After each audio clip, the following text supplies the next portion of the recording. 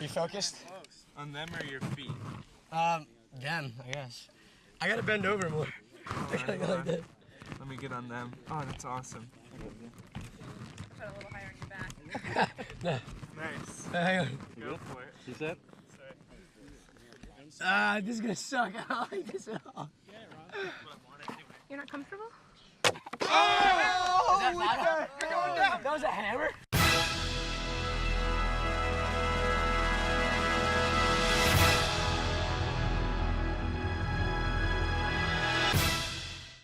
Ultimate originally started in the year 1968 at Columbia High School in New Jersey, with one of the forerunners was the now famous Joel Silver, a Hollywood producer, and friends of his Johnny Hines and Buzzy Hellring. Them and others started the sport. It was introduced to them over a summer camp, promoted as the ultimate game. They took it back to the high school and started playing it, got more people, started making up rules for it, trying out different things, determining how to make it into the best game possible. Over the years, it developed into the game it is today, actually. We are now currently on the 11th edition of rules put out by the UPA, or the Ultimate Players Association. Ultimate is unique because you do not have a single game. Well, you do for league play, but basically College Ultimate, you have tournaments. The great thing about that tournament is, you know, the travel time with your team is a lot of fun because usually you're good friends with all your team. You stay in a hotel for the weekend, and usually it's crowded. You have 12 guys in 2 hotel rooms. It gets kind of ridiculous, especially when everybody's stinky and showering at the same time. And, well, I mean, not like group showers. I'm sure it happens, but we don't usually. The experience of going to a tournament is great, and I think people don't understand it until they really go to one. And like, you can go out and you can play a game, and you can be like, wow, this is a lot more intense than I expected when you see this play. But it's the whole experience of going, the travel, getting up and playing for a whole day. It's not just one game, it's 4 games in a day, and then you wake up and you play 2 more the next day, or 3 or 4, however many it takes to win, until you lose.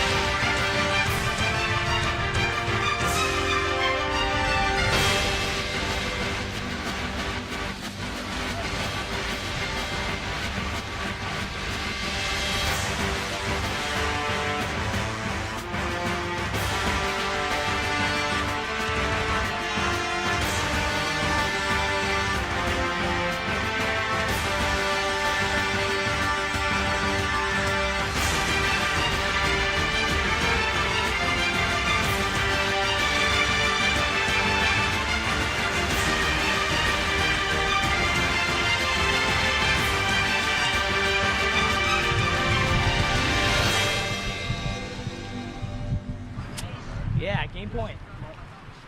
Let's go! Do it! Come on! Let's go! We're gonna take TW to the house. That'll make us feel better. I mean, Be a better team. once they see Mark's calves. Let's see those calves. Let's get a close up of that. Get him in the light, dude. You might see him out there. You might not get it all in there. Dude, this is nice.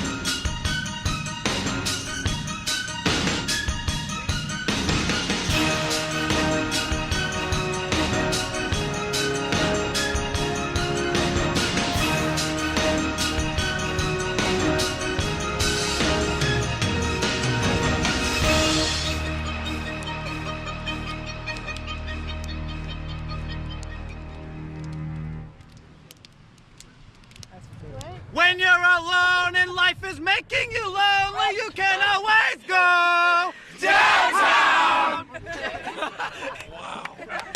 your voice is amazing. VCU Ultimate started my freshman year. I was looking for a team, and there was not one yet, so I was planning on starting one, and I met a man named Justin Coca. Coca, I think it's Coca. Really? It's Coca, yeah. Justin did all of the groundwork for the club. He did everything in terms of getting signatures and, getting a faculty advisor and stuff like that. He did all of the work for the first 2 years, pretty much solely him. All I did was play, and he did everything else. So I have a tremendous amount of gratitude to him, because if it wasn't for him, I would have had to do stuff, and I'm not a fan of doing stuff. The first year we had very few people. The first scrimmage we had was against the University of Richmond women's team. They were clearly better than us. I remember specifically that Justin would wear cargo pants. He would wear pockets like jeans, whatever. Didn't wear cleats, didn't have like mesh shorts or anything like that. And he injured himself laying out and landing on his keys during that game. It cracked me up. I love Justin. Justin was a great guy. The year 2 of VCU Ultimate, we attended our first tournament. We got our first win. We got a new name. On the way to our first tournament, we were driving. I'm on the phone. I'm trying to explain where we are. So we're like the second car. No, we're the first car. I was driving with Joey, and I'm like, okay, well, we're just passing. Did that sign say Biscuitville? And Joey was like, I don't know. It's like, yeah, I'm pretty sure that was Biscuitville. There's a restaurant called Biscuitville. But anyways, we're exit whatever we were at, and we continued. And I guess like briefly, Joey and I were like, yeah, that sounds good. We should try and eat one of those, something like that, on the way back maybe. And we end up getting to the hotel. Across the street is a Biscuitville. And for those of you that don't know what Biscuitville is, it's a chain of restaurants in like North Carolina and Southern Virginia, I guess, and they serve biscuits and breakfast food. They close at 2 p.m. Old people go there. That's pretty much it. And we thought it was awesome, and we wanted to go there very much. But the first day, we decided we were going to go afterwards, and we didn't finish play until late. And we were upset, so we were like, okay, the next day, we definitely have to go there. So the first day was pool play. We got hosed the entire time, crushed. The second day, we lost all of our games until the last game. We got what was called the championship, which was against Guilford, which is a mixed team in North Carolina and Greensboro. We had a lot of nipple chafage in that game. Nick had Band-Aids on his nipples. I was weirded out because I wear Under Armour and I never get nipple chafage, so. But apparently everybody else tried Band-Aids. Yeah, so we beat Guilford, and it was great. And then we went to Biscuitville. We were excited.